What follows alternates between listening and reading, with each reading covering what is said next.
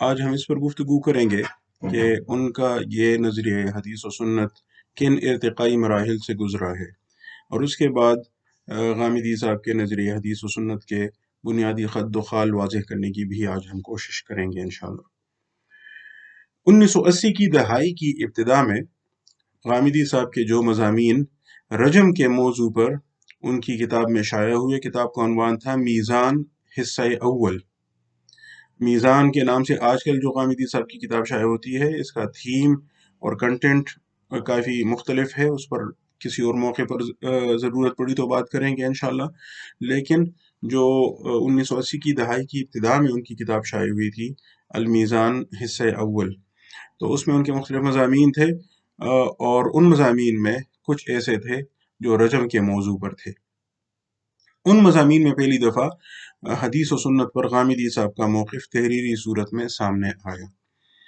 یہ مضامین رجم سے متعلق جو المیزان حصہ اول میں شائع ہوئے تھے، یہ اب غامدی صاحب کی کتاب برہان میں شائع ہوتے ہیں، لیکن حدیث و سنت کے متعلق جو ان کے مباحث تھے ان میں بہت حد تک ترمیم، قطع برید وغیرہ کی گئی ہے، اور جو اصل صورت میں وہ مضامین تھے وہ اب برہان میں نہیں پائے جاتے۔ بڑی حد تک کنٹینٹ وہی ہے، لیکن کہیں کہیں بہت اہم تبدیلیاں اس میں کی گئی ہیں۔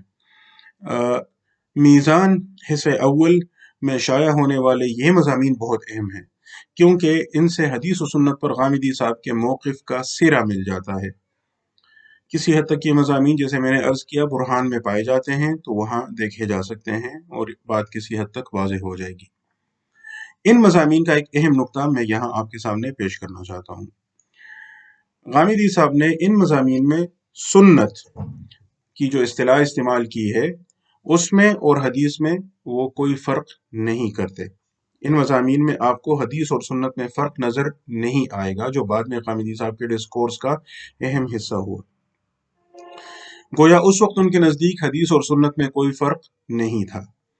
البتہ امام شاطبی کی کتاب الموافقات سے چند اقتباسات لے کر انہوں نے یہ ضرور دکھانے کی کوشش کی ہے کہ سنت سے دو طرح کے احکام ثابت ہوتے ہیں۔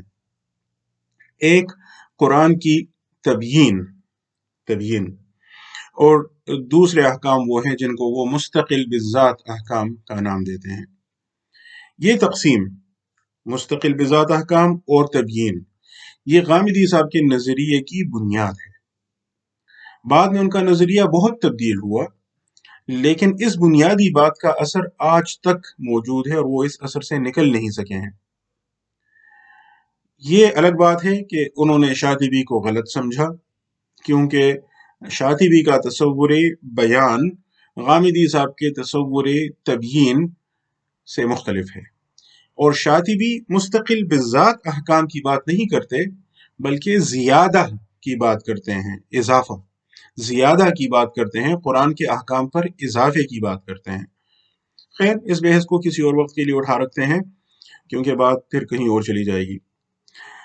اچھا، امام شاطبی نے چونکہ اس مقام پر یہ بحث بھی کی ہے کہ قرآن پہلے کیوں ہے اور سنت بعد میں کیوں، تو یہ سوال بھی غامدی صاحب کے ڈسکورس کا مستقل حصہ بن گیا ہے، اور آج تک یہ سوال ان کے لیے اہمیت رکھتا ہے۔ چنانچہ پہلے تو وہ شاطبی کی طرح اس بات کے قائل تھے کہ قرآن پہلے ہے اور سنت بعد میں، لیکن بعد میں وہ اس کے قائل ہو گئے کہ سنت پہلے ہے اور قرآن بعد میں۔ یہ بہت اہم بات ہے، اور یہ غامدی صاحب کے نظریے سنت و حدیث کی جو ٹرانسفارمیشن ہوئی ہے، اس کا ایک بہت اہم موڑ ہے، اس لیے اسے ذہن میں رکھنا ضروری ہے۔ شاطبی کے ان ادھورے اقتباسات کا اثر اس زمانے میں اور اس کے بعد بھی بہت عرصے تک غامدی صاحب پر اتنا رہا کہ انہوں نے شاطبی کی بحث سے اخذ کر کے میزان حصہ اول کا دیباچہ اس طرح لکھا کہ جو بڑی معروف حدیث ہے فقہا کے درمیان، حدیث معاذ رضی اللہ تعالیٰ عنہ کے نام سے جو یاد کی جاتی ہے، جس میں یہ ذکر ہے کہ پہلے قرآن میں حکم تلاش کیا جائے گا، پھر سنت میں، پھر اجتہاد کیا جائے گا، تو غامدی صاحب نے یہ حدیث میزان حصہ اول کے دیباچے میں نقل کی اور نیچے لکھا کہ اس کتاب میں ہم نے یہی طریقہ اختیار کیا ہے۔ बस यही इस किताब का मुख्तसर दीबाचा था। ये वाज़ेह रहे कि इमाम शातिबी ने ये रिवायत उस बहस में नकल की है जहां वो ये बताते हैं कि सुन्नत कुरान के बाद है, जैसे इस हदीस में आया है कि पहले कुरान में हुक्म तलाश करेंगे फिर सुन्नत में करेंगे। बाद में एक तो गामिदी साहब का मौक़िफ़ तब्दील हुआ, सुन्नत पहले हो गई कुरान बाद में, और फिर ये कि वो हदीस और सुन्नत में फ़र्क के भी कायल हो गए, जैसे मैं भी वजाहत करूँगा। और इसके साथ ये कि अगर हदीस की सनद कमज़ोर हो तो उस हदीस से उमूमन वो इस्तिदलाल भी नहीं करते। चूँकि हदीस मुआज़ रज़ियल्लाहु तआला अन्हु पर इस पहलू से कुछ तनकीद भी हुई है, तो आपको गामिदी साहब के बाद के डिस्कोर्स में ये हदीस नज़र नहीं आएगी। बहरहाल उस दौर में जब गामिदी साहब के नज़दीक सुन्नत और हदीस में फ़र्क नहीं था, तो वो सुन्नत के अहकाम को दो हिस्सों में तकसीम करते थे, कुरान की तबयीन और मुस्तकिल बिज़ात अहकाम।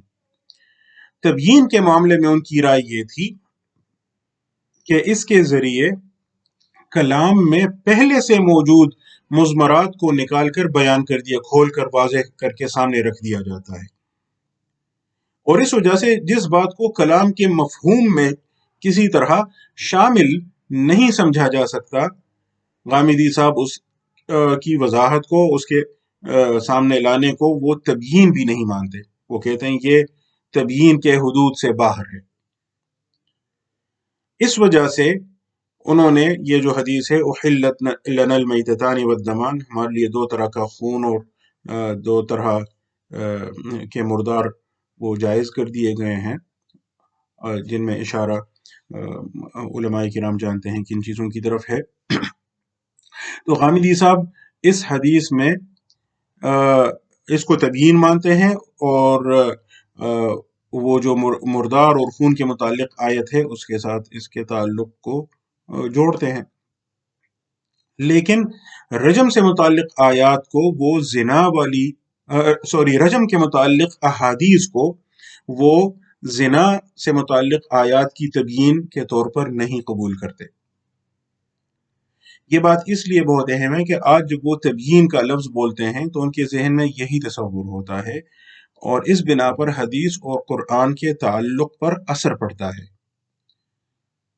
उहिल्लत लनल मैततानि वद्दमान को वो इन्नमा हर्रम अलैकुमुल मैतत वद्दम व लहमुल खिंजीर वाली आयत की तबयीन के तौर पर तो मानते हैं, लेकिन रजम वाली जो हदीस है, बल्कि अहादीस हैं, उनको ज़िना से मुताल्लिक अहकाम आयात की तबयीन में वो नहीं शामिल समझते, और इन अहादीस को वो तबयीन के दायरे से बाहर समझते हैं। 1990 की दहाई के वसत तक गामिदी साहब सुन्नत और हदीस में फ़र्क के कायल हो गए थे। पहले वो इस तस्वुर के कायल नहीं थे। पिछली नशिस्त में मैंने जिक्र किया था कि मौलाना इस्लाही के जो लेक्चर्स थे 80 की दहाई में जो उन्होंने दिए थे मबादी तदब्बुर हदीस के नाम से, उनमें भी हदीस और सुन्नत के फ़र्क का जिक्र मुख्तसरन आता है। लेकिन असल में जो इस मामले में किरदार अदा किया है वो सैयद सुलेमान नदवी के उस मजमून का है जो 1929 में नदवी साहब ने नियाज़ फतेहपुरी के मौक़िफ़ पर तनकीद करते हुए लिखा था। ये मजमून इशराक में दिसंबर 1996 में शाया हुआ है। गामिदी साहब के रिसाले इशराक में दिसंबर 1996 में ये मजमून शाया हुआ है। चुनांचे गामिदी साहब इस दौर में इसके कायल हो गए कि हदीस और सुन्नत में फ़र्क होता है। इस बिना पर अब वो जो शातिबी से उन्होंने मौक़िफ़ अख़ज़ किया था कि सुन्नत या कुरान की तबयीन करती है या मुस्तकिल बिज़ात अहकाम होते हैं, उसमें ये मौक़िफ़ भी उन्हें तर्क करना पड़ा, क्योंकि अब वो सुन्नत और हदीस में फ़र्क के कायल हो गए। तो अब वो इस बात के कायल नहीं रह सकते थे कि सुन्नत में या तबयीन होती है या मुस्तकिल अहकाम। अब उन्होंने क्या किया वो मैं आगे बताता हूँ, लेकिन ये नोट कीजिए कि ये उनके नज़रिए की दूसरी बड़ी ट्रांसफॉर्मेशन है। अब उनका फोकस इस बात पर हुआ कि सुन्नत तो अमली चीज़ है, अमली नोयत की चीज़ है और तवातुर से साबित है, जबकि दूसरी तरफ हदीस में अहकाम है। अब अगर वो उस नोयत के अहकाम है जिनको वो तबयीन के दायरे में शामिल समझते हैं तो उन्हें इन अहकाम से कोई मसला नहीं होता। लेकिन अगर वो उस दायरे में हैं जिन के मुतालिक उनका ख्याल है कि ये मुस्तकिल अहकाम हैं, ये तबयीन के दायरे से बाहर हैं, तो उन अहकाम ने गामिदी साहब के लिए मसला खड़ा कर दिया, वो अहादीस उनके लिए मसला बन गई।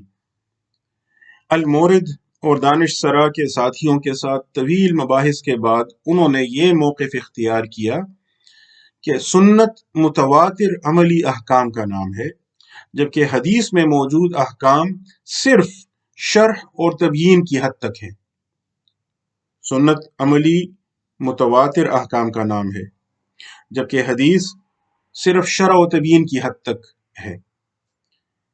और वो जिन्हें उन्होंने गामिदी साहब ने मुस्तकिल बिज़ात अहकाम करार दिया, तो उनका जिक्र अगर अहादीस में आया है तो गामिदी साहब उनको शरीयत के दायरे से निकाल कर उनको बयान फितरत का नाम देते हैं, बयान फितरत का। ये हदीस और सुन्नत के मुतालिक गामिदी साहब के नजरिए की तीसरी बड़ी ट्रांसफॉर्मेशन है। ये 3 जौहरी तब्दीलियां आई हैं 1980 से 2000 तक, जो 2 अशरे हैं गामिदी साहब के नजरिए सुन्नत और हदीस में। पहली ये कि ये जो सुन्नत पहले है और कुरान बाद में है। दूसरी ये कि सुन्नत और हदीस में फ़र्क होता है।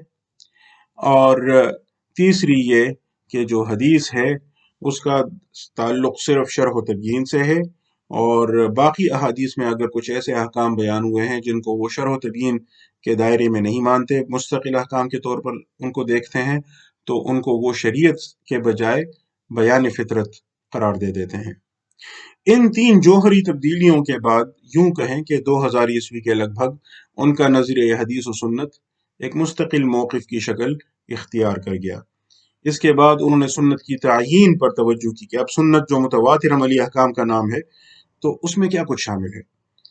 इस तरह उन्होंने 30-35 अहकाम की फहरिस्त मुरत्तब की, कुछ जुज़वी तब्दीलियाँ उसमें बाद में भी आई हैं, लेकिन यूं कहें अब ये तनक़ीह का और इतलाक़ का दौर है, और फहरिस्त में बाज़ जुज़वी तब्दीलियों के बावजूद उनका जो मौक़िफ़ है जौहरी तौर पर वही है जो 2000 ईस्वी के लगभग यूं कहें मुतय्यन हो गया था। कोई बड़ा इनक़िलाब उनके नज़रिए हदीस और सुन्नत में उसके बाद नहीं आया है। अब ज़रा इस नज़रिए